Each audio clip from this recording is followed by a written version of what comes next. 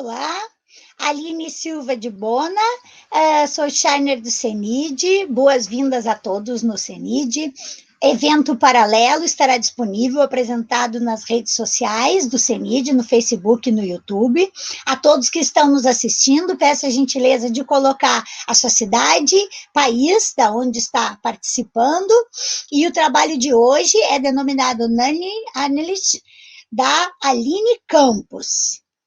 Aline Campos é mestre em comunicação e informação pela URGS, é bacharel em ciência da computação pela Universidade de Passo Fundo, atualmente doutoranda em informática na educação pela URGS, centra-se na pesquisa de desenvolvimento de recursos de Learning Analytics para apoiar processos de personalização de aprendizagem. Atua como líder em experiências de aprendizagem da BD Serving, em Porto Alegre, e também é sócia na Jetstone Soluções Educacionais, atuando na concepção, no desenvolvimento e condução de experiências de aprendizagem presenciais e online.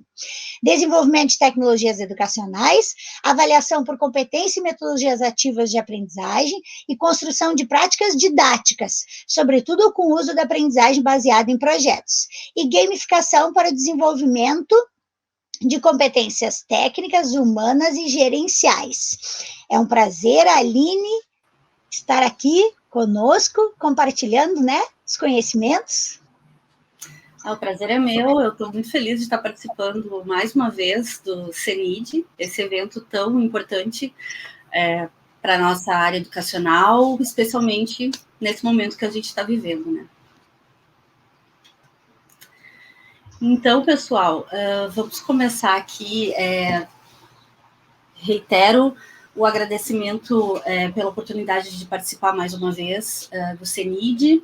Ano passado estive aqui falando sobre aprendizagem baseada em projetos, trazendo algumas questões sobre educação 4.0, e a gente não imaginava que um ano depois a gente estaria aqui novamente, online, depois de viver tantas coisas nesse momento que a gente vive, e mais uma vez compartilhando experiências com a temática muito relevante do CENID desse ano, que é o ensino híbrido e as suas possibilidades. Depois de um ano inteiro vivenciando isso, o que a gente tem para compartilhar aqui, né?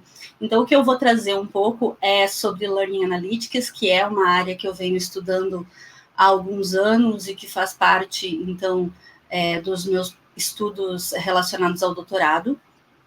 E é um convite a conhecer essa estrutura e buscar aplicar no nosso dia a dia, tentando trazer as potencialidades que as tecnologias ainda podem avançar dentro da educação.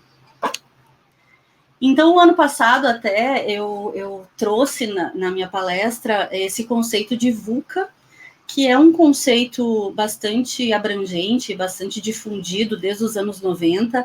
Ele surgiu na US Army War College, nos Estados Unidos, logo depois do final da Guerra Fria.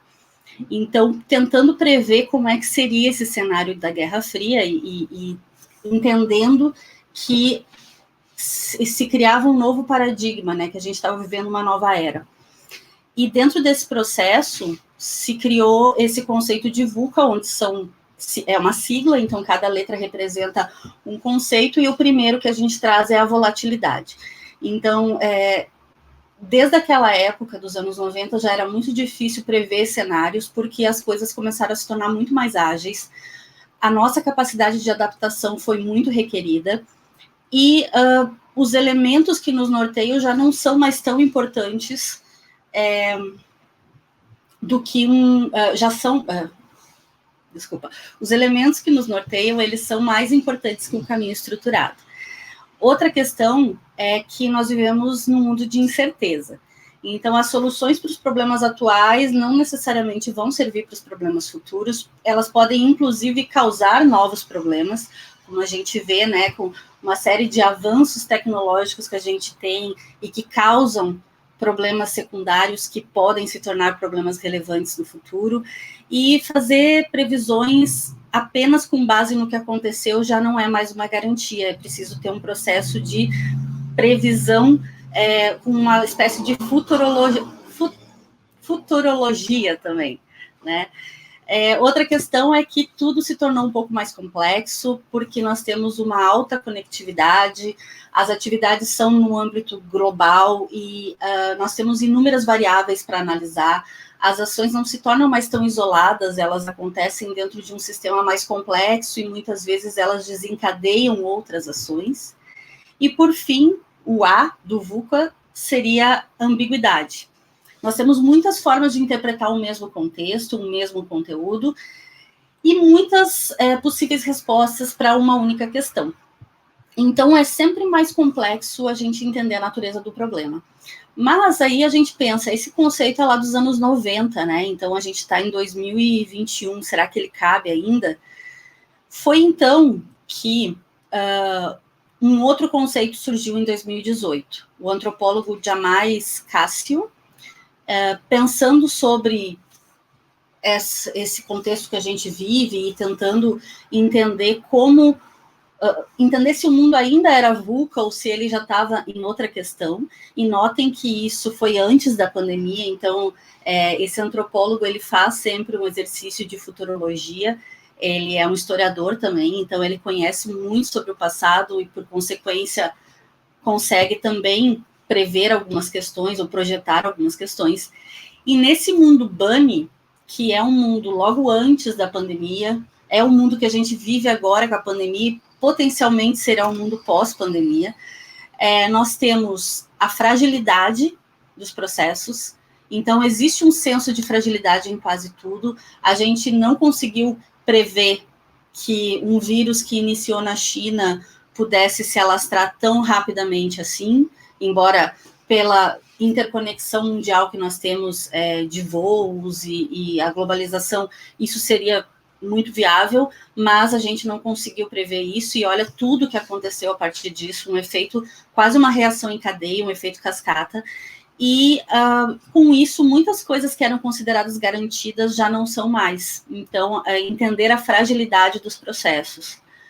A ansiedade, que é algo que a gente tem lidado muito agora nesse período, nos dá a necessidade de ter que tomar decisões mais rapidamente para responder a essas fragilidades. Existe muita apreensão com questões de desinformação, com extremismos, teorias da conspiração, e tudo isso aumenta a nossa ansiedade nesse processo. O mundo já não é tão linear, ele é não linear, e falta uma conexão direta entre causa e efeito. Então, às vezes, pequenas decisões podem trazer grandes resultados e algumas decisões podem demorar muito tempo para gerar um resultado, e isso faz com que a gente precise se adaptar às circunstâncias e entender as interferências internas e externas, e entender que muitas vezes as questões são desproporcionais e lidam numa lógica de atemporalidade, não numa sequência temporal de fatos. E, por fim, o I do Bunny seria o incompreensível. Justamente porque nós temos um excesso de informação com muita frequência e com muita rapidez, chegando por vários meios, nós temos uma necessidade maior de conseguir analisar esses fatos e dados, entender o que nos serve e o que não nos serve, entender que conceitos estão mudando e que conceitos permanecem, e uma dificuldade grande de transformar essa informação em ação justamente por causa dessa incompreensão. Então, aqui não é para deixar a gente depressivo e pensar, meu Deus, esse mundo está complexo demais. É para a gente entender quais são as competências necessárias, tanto na lógica VUCA quanto na lógica Bunny, as competências necessárias para a gente, para todas as áreas da nossa vida.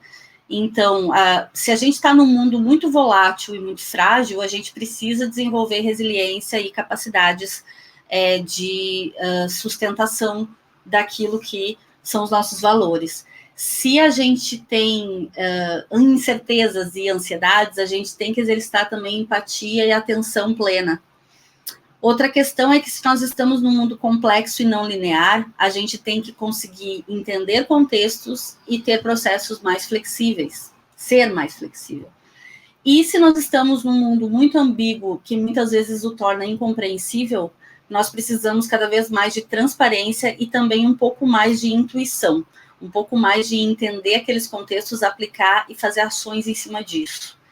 Então, essas competências aqui, elas vão ser importantes em todas as áreas, mas percebo que, mais do que em qualquer momento, elas são importantes na área de educação, porque a educação é com certeza uma das áreas mais afetadas por esse contexto que nós temos agora, e a gente sempre teve as tecnologias permeando os processos de educação, desde lá dos anos 80, 90, mas muito mais como um suporte para a educação do que efetivamente algo que seria imprescindível.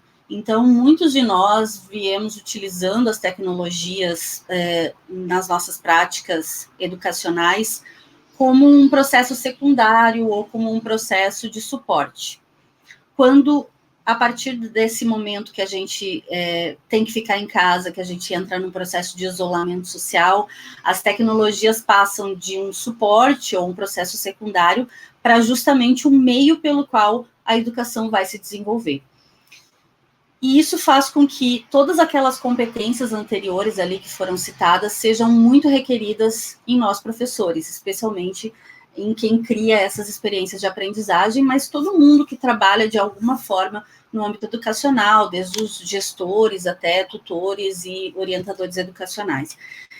E não foi só para a gente, professor, né? Foi também para todo mundo que é impactado por processos de aprendizagem, por todos os nossos estudantes e pessoas que se colocam na posição de aprendizes.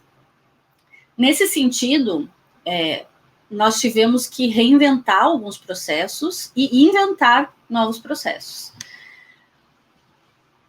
Juntando educação e tecnologia num processo onde eles obrigatoriamente estão juntos, que é o que a gente vive hoje, a gente vai utilizar recursos tecnológicos como meio e, por consequência, nós vamos produzir mais informações ainda do que já eram produzidas antes. Porque se a gente tem uma aula presencial na sala de aula, nós temos algumas informações sendo produzidas, que são anotadas pelo professor, que são sistematizadas. Usando recursos tecnológicos como suporte, nós também captamos uma boa base de dados, mas o momento em que todas as ações passam a ser através de suporte tecnológico, nós temos, então, uma grande produção de dados em plataformas e recursos educacionais.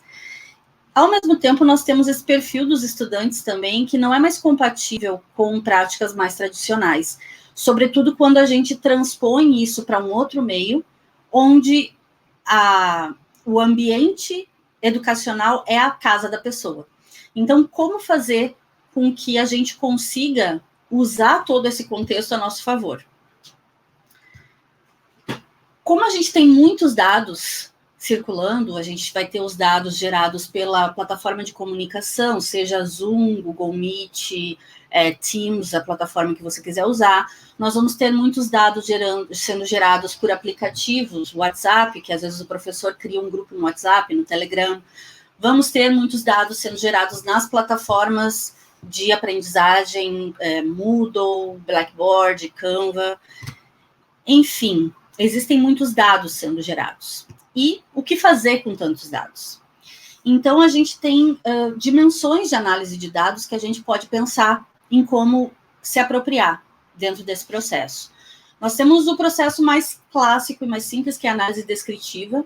Então, eu posso analisar informações do que aconteceu, simplesmente organizando e demonstrando ela. Isso a gente consegue fazer através de gráficos, do próprio Excel mesmo, é muito simples. Eu vou analisar um contexto de dados para pensar o que aconteceu. Eu vou fazer um retrato do que aconteceu. Na análise diagnóstica, a gente vai um passo à frente e busca por que isso aconteceu.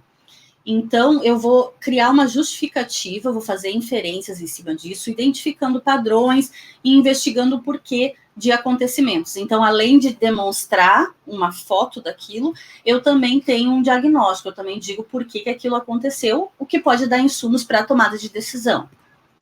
Depois nós temos a análise preditiva, que vai cuidar, então, do que pode acontecer. Baseado no que aconteceu, baseado no porquê aquilo aconteceu, eu posso prever, então, determinados comportamentos que podem estar associados àquilo, ou relacionamentos implícitos para construir modelos onde ele possa prever algumas questões para que eu possa mitigar esses riscos antes daquilo acontecer. E aí nós temos o quarto grau, o mais complexo, que eu não vou apenas identificar previsões, mas eu também vou sugerir estratégias para poder realizar ações nesses cenários, tá? E isso se trata, então, da análise prescritiva. Por que eu estou falando desses conceitos aqui? Porque é importante a gente entender até onde a gente pode ir. Muitas vezes a gente fica pensando assim, mas eu vou coletar todos esses dados aqui só para me mostrar um gráfico de quem tirou um conceito maior, tirou uma nota maior. Isso aqui eu já consigo perceber aqui.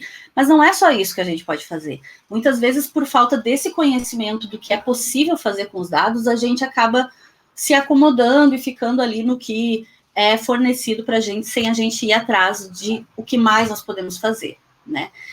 Então, a área de Educational Data Mining, que é uma área antiga já, desde os anos 80, bastante explorada, ela vai trabalhar com o processo de coletar esses dados que são encontrados nos ambientes educacionais e fazer o uso desses dados para entender o contexto de aprendizagem dos alunos. Então, em geral, é um processo mais sequencial, tem início, tem fim bem definido. Ele se trata de reduzir alguns componentes para analisar de forma individual, ou então a sua relação com o ambiente ou com algum outro contexto. E trata-se de estruturas mais automatizadas. Então, é um processamento de informações que gera um resultado que pode ser analisado posteriormente por uma pessoa ou pode servir para entrada de dados em outras plataformas, em outros sistemas. Ao passo que Learning Analytics acaba sendo um desdobramento do Educational Data Mining. Eu sempre gosto de fazer essa distinção, porque os dois termos são bastante usados como sinônimos. Alguns autores vão ir para o lado de que os dois são muito convergentes, e de fato são, mas eles têm algumas diferenças que são legais a gente pontuar. Learning Analytics também vai cuidar de coletar, medir, analisar e apresentar os dados. Porém, a questão está mais relacionada com deixar com que esses dados possam ser interpretados por um julgamento humano. Então, é aí que entra o nosso papel, enquanto especialistas na área de educação ou na área que a gente está trabalhando de formação, para entender o contexto daqueles dados que são apresentados. Em geral, a gente trabalha em ciclos, depois eu vou mostrar um dos modelos ali que nós temos para Learning Analytics, e é uma abordagem holística. O que quer dizer isso? Uma abordagem mais abrangente, que entende o sistema como um todo, não pega componentes que trabalham efetivamente com um elemento específico, né? Então, quando a gente pensa ali nesse mundo bunny que nós estamos, onde causa e efeito já não é mais algo taxativo, essa é uma abordagem muito melhor, porque ela depende de um contexto que vai ser analisado e vai ter um julgamento humano que é fundamental nesse processo, né? Não é só a máquina que processa esses dados e já me dá uma inferência, tem a minha participação enquanto especialista nesse processo também, inclusive retroalimentando as plataformas.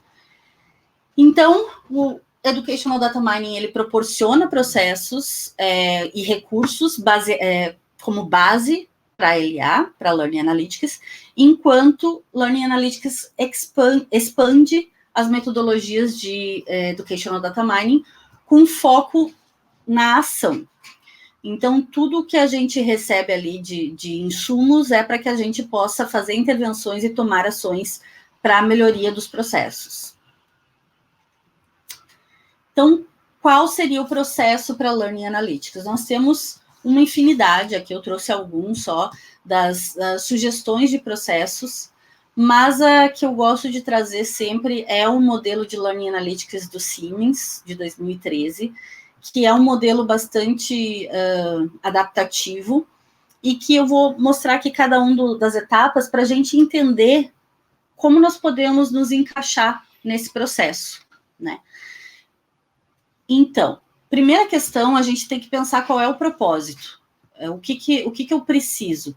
Eu quero verificar níveis de aprendizagem, eu quero gerar recomendações de conteúdo, eu quero criar um impacto na instituição para que ela possa realizar melhorias nas suas políticas educacionais, ou processos de gestão educacional para ampliar vagas, ampliar adesão, reduzir evasão educacional, questões de comunicação e marketing. Então, a gente pode usar dentro de vários contextos diferentes, e eu, enquanto pessoa que trabalha na área de gestão educacional, ou pessoa que cria experiências de aprendizagem, um educador, nós precisamos entender o nosso propósito. Primeiro, pensar por que nós precisamos criar uma estrutura de Learning Analytics para nos auxiliar. Depois disso, a gente vai buscar fontes de dados que possam nos proporcionar isso. E nós temos uma infinidade de fontes possíveis. Nós temos os próprios ambientes de aprendizagem que geram muitos dados, aplicativos educacionais que a gente pode usar nas nossas práticas. Existem até os dispositivos e sensores hoje em dia, então os chamados wearables, né, que é o reloginho que o pessoal usa, dispositivos meio vestíveis, né, que podem gerar vários dados interessantes, e até mesmo entrada manual de dados, quando o professor mesmo vai lá e coloca alguns dados da sua percepção ou de elementos que ele queira armazenar. Né? Então, essas fontes de dados, elas têm que estar relacionadas com esse propósito. Então, eu preciso fazer essa arquitetura desse entendimento nesse processo de coleta e aquisição.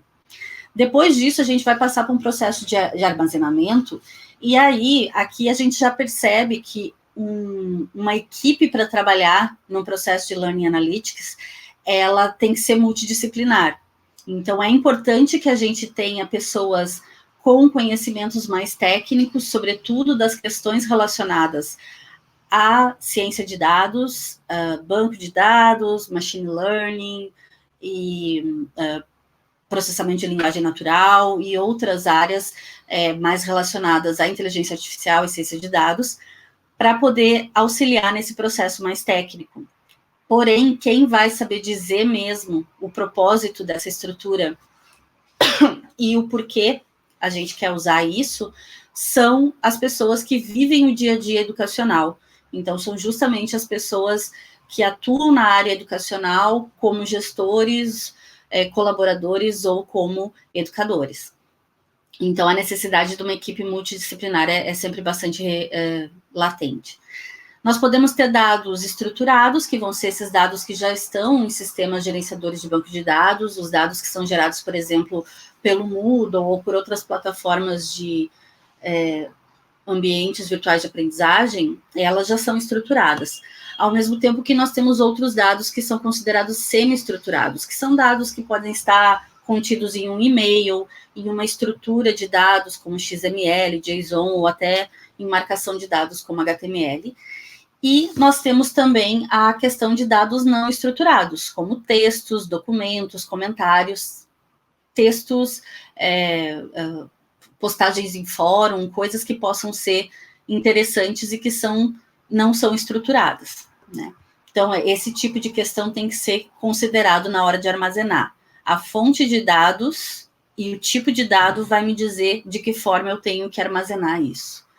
Depois vem um processo que, em geral, dura muito tempo e que é um processo bastante delicado, que é o processo de limpeza, que é o processo de pré-processamento dos dados.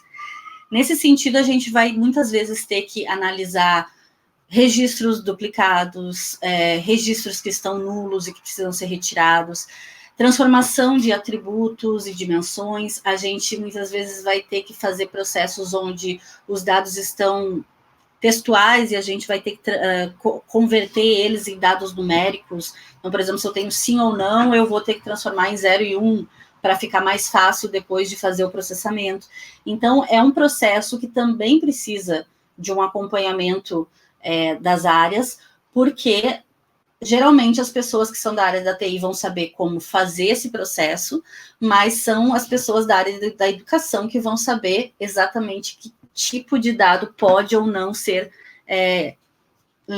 pré-processado nessa etapa, né? Depois disso, a gente vai trabalhar com o processo de integração, porque muitas vezes nós vamos ter múltiplas fontes de dados.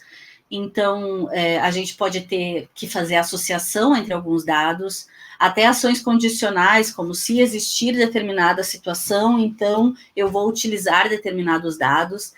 E nós podemos usar fontes externas de dados também. Então, por exemplo, os dados do Censo da Educação, os dados do Enem, dados do INEP, eles são dados que estão abertos, transparentes, disponíveis para a gente utilizar, e muitas vezes a gente vai querer fazer essa integração com os dados que nós temos do nosso contexto. Então, esse processo de integração também é importante e também leva um bom tempo aqui para a gente trabalhar.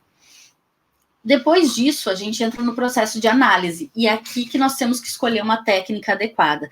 Não vou entrar tanto nas questões técnicas aqui, porque esse é um overview, né, um bastantão aqui sobre o assunto para que a gente possa conhecer, mas são questões que a gente poderia ficar aqui conversando mais algumas horas sobre cada um dessas técnicas. Eu botei só algumas aqui, mas a gente pode trabalhar com análise de redes sociais, que é justamente as relações sociais entre as pessoas, e aí pode ser entre os alunos com os professores com os professores, e assim por diante. O processamento de linguagem natural é bem o que eu me referi ali sobre os dados que não são estruturados. Então, como é que eu analiso grandes textos, áreas com muito texto descritivo, né, com muito questões, explanações, né, e como que eu posso processar essas informações para que eu tenha um entendimento do que está se falando lá, quais são as palavras que mais aparecem por análise de frequência. Eu posso trabalhar com predição, né, e determinação de riscos, quando a gente, por exemplo, trabalha com a questão de evasão escolar, a gente consegue, a partir de dados de evasão que já temos, a gente consegue prever alguns riscos de evasão em outros contextos e, para isso, fazer algumas ações para mitigar. Tem as questões em relação a sequenciamento de cursos, recomendação de conteúdos, então são várias técnicas que vão depender lá do nosso propósito. Depois a gente tem que escolher ali uma forma de representar, porque a mágica toda da estrutura de Learning Analytics é que a gente transforma dados que estavam lá no estado bruto, lá dentro de um banco de dados, e que eram dados muito complexos de se analisar, e que seriam dados que a gente demoraria muito tempo para conseguir analisar, e usa todo o poder da tecnologia, de um processamento mais rápido e de um processamento que não cansa, né? Porque a gente processando todos esses dados iria ficar um processo muito exaustivo. E então a ideia é construir interfaces que sejam intuitivas e fáceis da gente entender, com dados em tempo real, com gráficos, com estruturas de grafos e redes, com filtros, para que a gente possa interagir com essas estruturas e conseguir, então, captar o que era o nosso propósito. Então, eu quero captar ali a tendência de alguns alunos evadirem uma disciplina. Então, a gente pode começar a acompanhar a questão da presença, a questão dos acessos, a questão de quanto tempo a pessoa ficou numa aula, e isso pode nos indicar alguma tendência de que a pessoa está se desmotivando, e nós podemos criar algumas ações para ver se a gente consegue recuperar isso antes da evasão efetivamente acontecer. Então, tendo essas estruturas, a gente consegue avançar em algumas tomadas de decisão, porque especialmente nesse momento que a gente está agora, nós, professores e pessoas que trabalham no âmbito educacional, a gente já tem muita coisa para fazer, a gente já tem muita coisa para lidar. Então, se a gente for querer trabalhar coletando todos esses dados e fazendo todos esses processos de forma manual, por exemplo, nós vamos levar muito tempo para chegar em dados que talvez não sejam muito assertivos ou que já não fazem mais sentido porque a gente levou muito tempo. Então, é justamente usar o poder computacional, o poder das tecnologias, dentro de um contexto que agora a gente tem menos controle. né? Na sala de aula a gente já tinha algum controle, mas agora a gente não tem, é muito mais difícil, e ao mesmo tempo nós temos que criar outras formas de conseguir acompanhar os alunos nesses processos. Então é justamente isso que vai resultar em ações, e essas ações elas vão ser realizadas pelos professores, pelas pessoas da área educacional. Então, eu posso fazer algumas intervenções que sejam personalizadas, porque eu detectei que 2 ou 3 pessoas daquela turma necessitam de uma estrutura diferente de aula ou de um processo diferente. Eu posso otimizar algumas questões, eu posso enviar alertas, avisos, eu posso ter processos de recomendação, aprimoramentos sistêmicos, ou seja, questões que vão impactar, inclusive, na própria instituição, na própria estrutura da instituição. Então, é nesse sentido que a gente consegue avançar dentro de um processo. E como eu falei para vocês, esse processo não é necessariamente sequencial apenas, ele é cíclico. Então, eu posso ter que executar esse processo aqui várias vezes, porque à medida que eu executo algumas ações, eu posso entender que são necessárias novas coletas e novos processos de análise para ir, então, retroalimentando. Então, é aqui que a gente consegue fazer um processo onde, de forma mais assertiva, nós conseguimos ter informações para nos auxiliar na tomada de decisão. Tá? E, na prática, como que funcionaria, então, pensando assim num contexto agora de aplicação, essa estrutura de Learning Analytics, né? A gente tem esses 2 principais atores aqui, que eu já falei bastante, que são, então, os educadores e a equipe educacional, então, todo mundo que está envolvido na questão educacional. Nós temos os estudantes que vão participar dessas experiências de aprendizagem, e aí nós temos as experiências em si. E aí, quando eu falo de experiências de aprendizagem, eu não uso, por exemplo, o termo aula, é porque a gente sabe que, especialmente agora, nesse momento de distanciamento social, a aprendizagem não funciona só na aula, a aprendizagem não acontece só na aula, que a gente considera aquela aula síncrona, que está todo mundo online. Na verdade, nós temos inúmeras formas da aprendizagem acontecer, sempre tivemos, né, mas agora parece que isso está mais gritante, então a gente pode disponibilizar uma série de conteúdos que possam ser absorvidos pelos estudantes, ou desafios que possam ser realizados, ou projetos que possam ser construídos pelos estudantes em momentos fora daquele período de aula que a gente considerava. A gente pode ter outras atividades correlacionadas, como encontros, eventos, jogos, brincadeiras, documentários, filmes, que podem também servir como experiências de aprendizagem. Então, eu trago esse termo de uma forma mais abrangente do que simplesmente uma aula, aquela síncrona, onde o professor fala e o aluno responde, ou não responde, né? Ou fica com a câmera desligada lá, e a gente fica falando. Então, dentro desse contexto onde nós temos as experiências, os estudantes e os educadores são responsáveis por planejar e conduzir esse processo, né? Ainda existe se espera que esse seja o papel dos educadores, e os estudantes, eles vão vivenciar e vão desenvolver essa experiência, porque a aprendizagem quem desenvolve são eles, né? A gente dá o start do processo, a gente dá os meios daquilo acontecer, mas a aprendizagem é desenvolvida pela pessoa.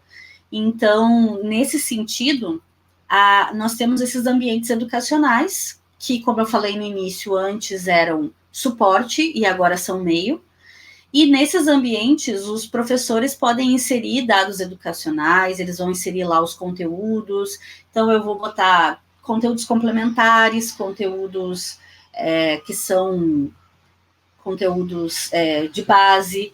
Eu posso colocar um vídeo que tem um resumo daquele conteúdo, e posso colocar uma série de conteúdos complementares, e dentre eles eu tenho podcasts, eu tenho imagens, vídeos, eu tenho animações em 3D, enfim, eu posso ter uma infinidade de conteúdos que são colocados lá. Além disso, tem toda a parte de dados de gestão educacional. Então, tem a presença dos alunos, eu tenho os conceitos que eles atingem, eu tenho anotações que são feitas sobre eles, eu tenho questões que podem ser inseridas dentro das plataformas através de respostas deles mesmos. Os alunos, por sua vez, eles vão interagir com o ambiente, mas eles também interagem entre eles, né, dentro desses processos, o que é muito interessante para a gente perceber os relacionamentos e como eles podem impactar também o processo educacional. Outra questão é que eles também produzem conteúdos e produzem comportamentos. E tudo isso a gente consegue, a gente tem armazenado de alguma forma. Então, por exemplo, o que seria um comportamento? Se a gente percebe que o aluno ou a aluna acessa a aula síncrona, ele entra, então, ele fica 10 minutos participativo e depois ele fecha a câmera e não se manifesta mais nem no chat, nem abre a câmera até o final da aula. Depois, nas aulas que seriam assíncronas, ou seja, dos conteúdos, a gente percebe que ele vai lá e acessa o PDF da aula, mas não vê o vídeo, não faz a atividade, e ele clica lá na questão de fazer a atividade e faz a atividade em 10 minutos. São comportamentos, são questões que a gente vai deixando um rastro dentro desse processo e que podem ser usadas posteriormente como recursos para a gente entender esse comportamento e como isso pode impactar no processo de aprendizagem. Então, os ambientes educacionais, eles geram dados que podem ser processados por inúmeras técnicas, e essas técnicas de mineração e análise de dados que eu comentei anteriormente, né? Então, nós temos lá os dados brutos e nós vamos fazer esse processamento.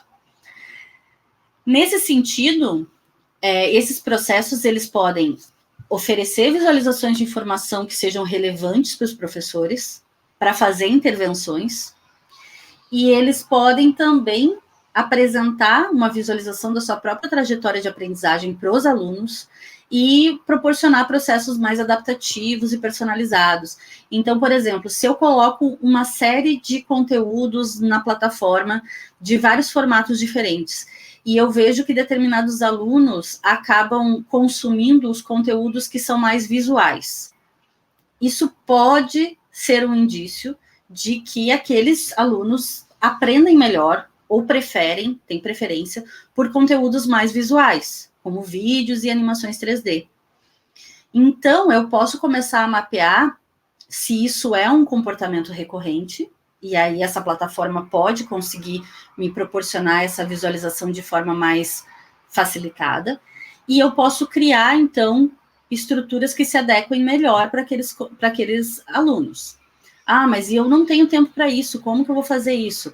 Outra coisa que Learning Analytics pode fazer, você não precisa necessariamente você criar conteúdos, você pode fazer uma curadoria de conteúdos que já existam, né?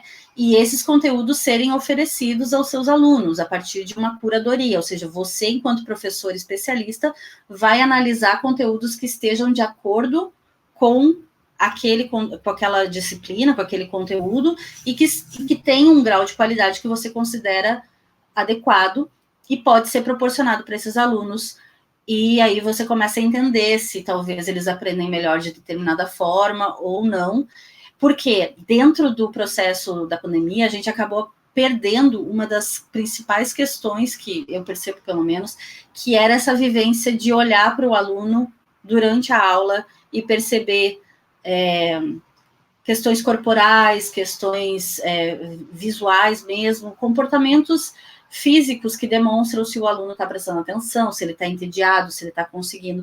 Então, o que a gente tem agora são dados que estão pulverizados por aí. Então, a gente precisa tentar fazer uso desses dados, já que nós perdemos alguns dados que a gente já tinha e que ficavam armazenados no nosso conhecimento de professor, né? A gente não armazenava em nenhum lugar, mas a gente conhece fulano, cicrano, tarará. Agora, nesse contexto, é um pouco mais difícil, né? Principalmente quando está pegando uma turma nova, por exemplo, num contexto de pandemia.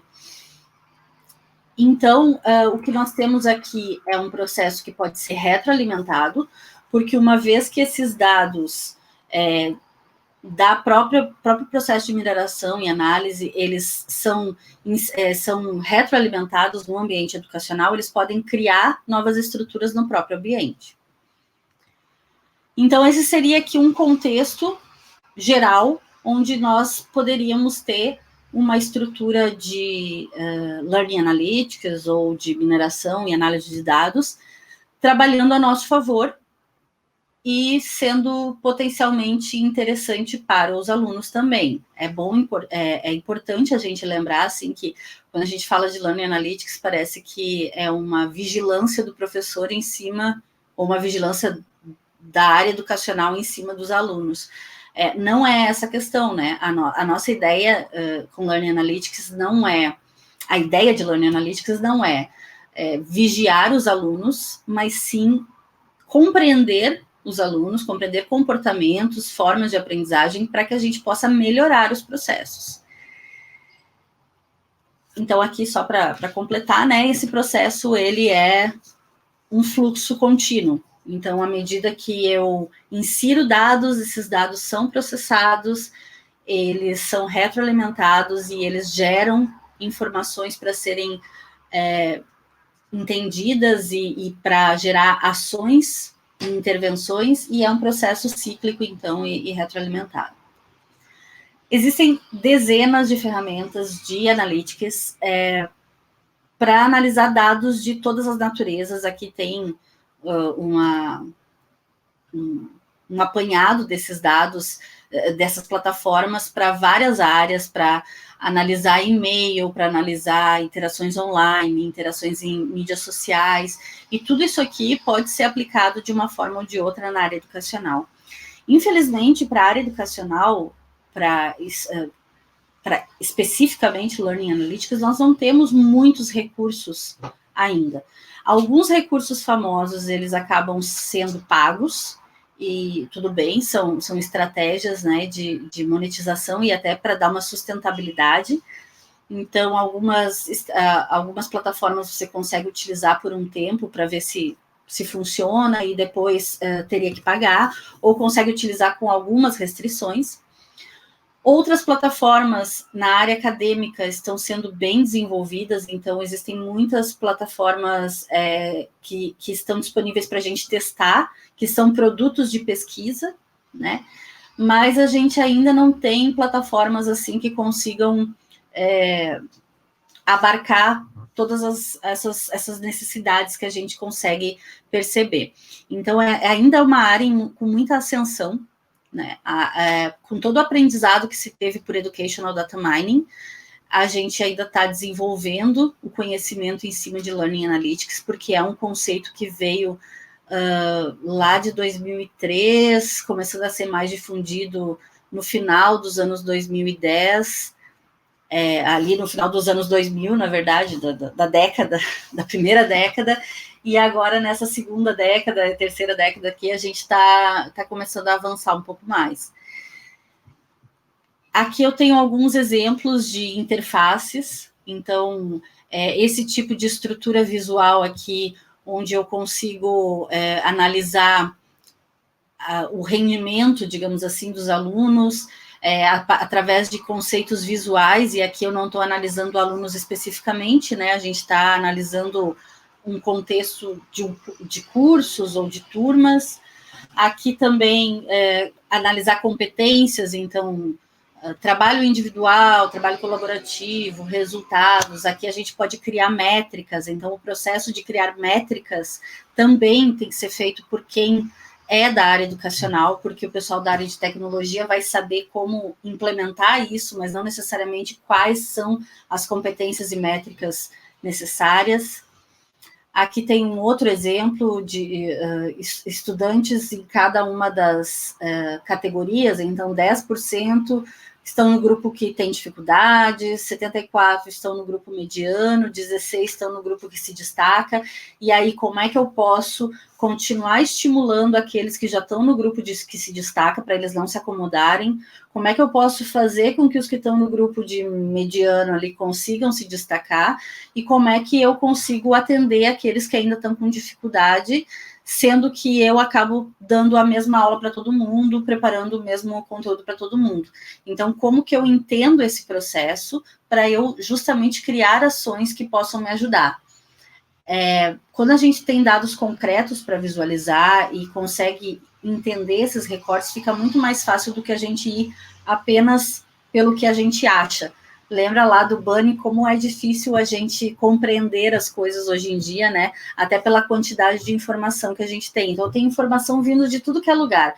Quando eu tenho uma sistematização adequada dessa informação, eu consigo trabalhar bem melhor. Aqui tem outras ideias de formatos. Em geral, a gente trabalha com essas lógicas de dashboard mesmo, com gráficos, com interações. E aqui, para encerrar, eu trago alguns dos desafios. E, ao mesmo tempo que essa palestra é um convite para todos nós conhecermos mais Learning Analytics e a gente possa adotar esses processos para nos auxiliar, também é um convite para que a gente busque alternativas para esses desafios aqui, né? Porque isso, nós como professores ou como pessoas da área de tecnologia também, temos essa possibilidade de auxiliar nesse processo. Então, o processo de captura dos dados ainda é muito complexo, muitas vezes é difícil a gente conseguir coletar os dados que são especialmente relevantes, então isso é uma questão da gente planejar melhor os processos e as coletas. Muitas vezes os dados são incompletos porque a gente não articulou direito o que seria interessante, ou eles dão um recorte de um tempo específico e aquele tempo específico não é o suficiente para a gente. Tem a questão da interoperabilidade, que é justamente essa possibilidade da gente interconectar bases de dados e recursos que não estão dentro de uma mesma plataforma. Então, isso tem sido um dos maiores problemas, porque cada vez mais nós temos recursos disponíveis e tecnologias, mas elas não conversam entre si. Então, é difícil, por exemplo, eu migrar toda a minha lista de grupos do Teams para o Zoom. Em geral, essas plataformas não se conversam, então eu não consigo, eu tenho que escolher uma, e se eu quiser trocar, eu perco aqueles dados, ou eu tenho que importar aqueles dados de alguma forma, então complica muito mais. A questão de suporte organizacional ainda é muito complicado, as organizações muitas vezes não dão suporte aos docentes no sentido do uso das tecnologias, então muitas vezes investem na aquisição de tecnologias e plataformas e ferramentas, mas não justamente na capacitação e no incentivo aos docentes utilizarem. Tem a questão da privacidade de dados, que é muito relevante. Agora nós temos a LGPD, que é a Lei Geral de Proteção de Dados, que prevê que todo mundo tem o direito de definir se os seus dados podem ser usados ou não, e de que forma eles podem ser usados, e especialmente quando a gente está na área educacional, isso é importante de ser previsto. É importante que a gente tenha a noção da propriedade dos dados, da privacidade e de como fazer um uso adequado e ético. Então, é como eu falei para vocês ali antes, a ideia não é fazer um processo de vigilância em cima dos estudantes, é um processo de entender comportamentos, conhecer esses alunos para que a gente crie processos mais assertivos. E um dos desafios também está na questão de criar equipes multidisciplinares para trabalhar na construção de Learning Analytics. Existem muitas instituições ou empresas trabalhando em tecnologias de Learning Analytics muito focadas na parte tecnológica e que muitas vezes geram produtos que não atendem ao campo educacional, porque não tiveram uma visão educacional. Ao mesmo tempo, existe uma série de docentes querendo trabalhar com Learning Analytics e penando muito com a questão tecnológica.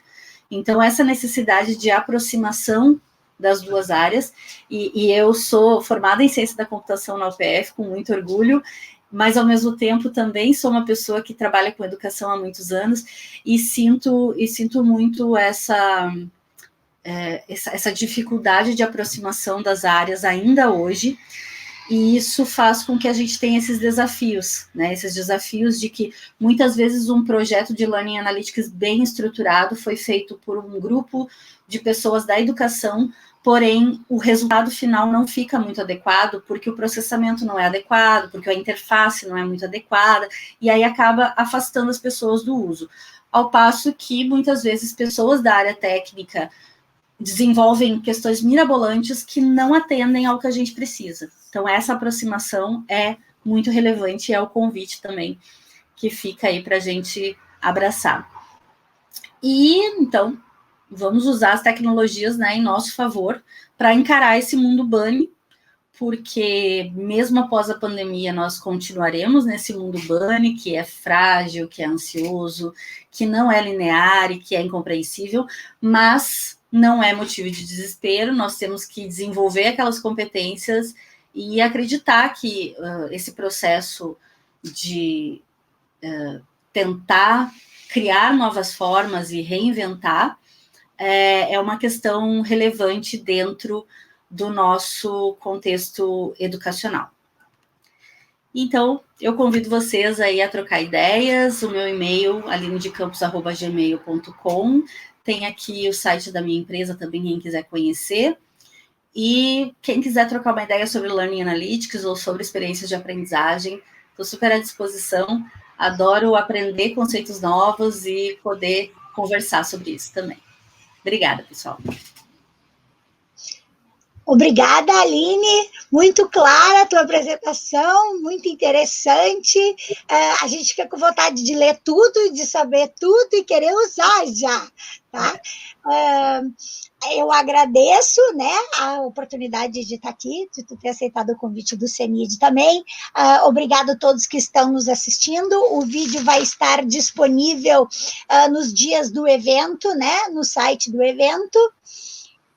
E um bom evento a todos.